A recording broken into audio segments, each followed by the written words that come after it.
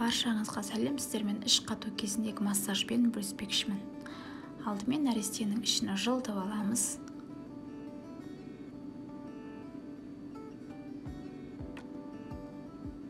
Сағат тілі бойымен айналдырамыз.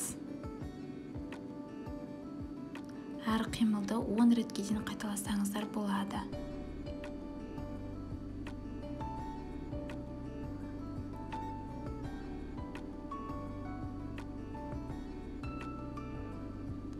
Осыны бүйірден кіндікке қарай және төменге қарай тартып осылай жасаймыз.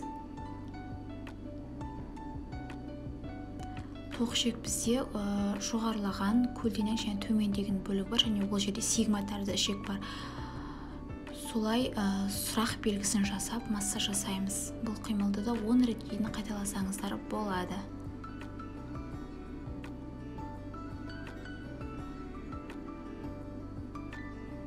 Орташа қарқынмен жасайсыздар.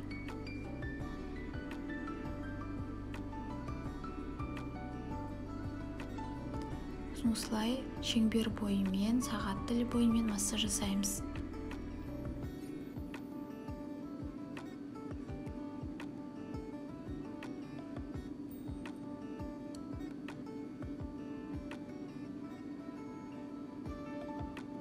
Осыны орташа қарқынмен шымшылап шығамыз. Одан кейін бізде гимнастика, аяқтарды ішке қарай бүгу арқылы гимнастиканы жасаймыз. 10 ретке дейін қайталасаңыздар болады.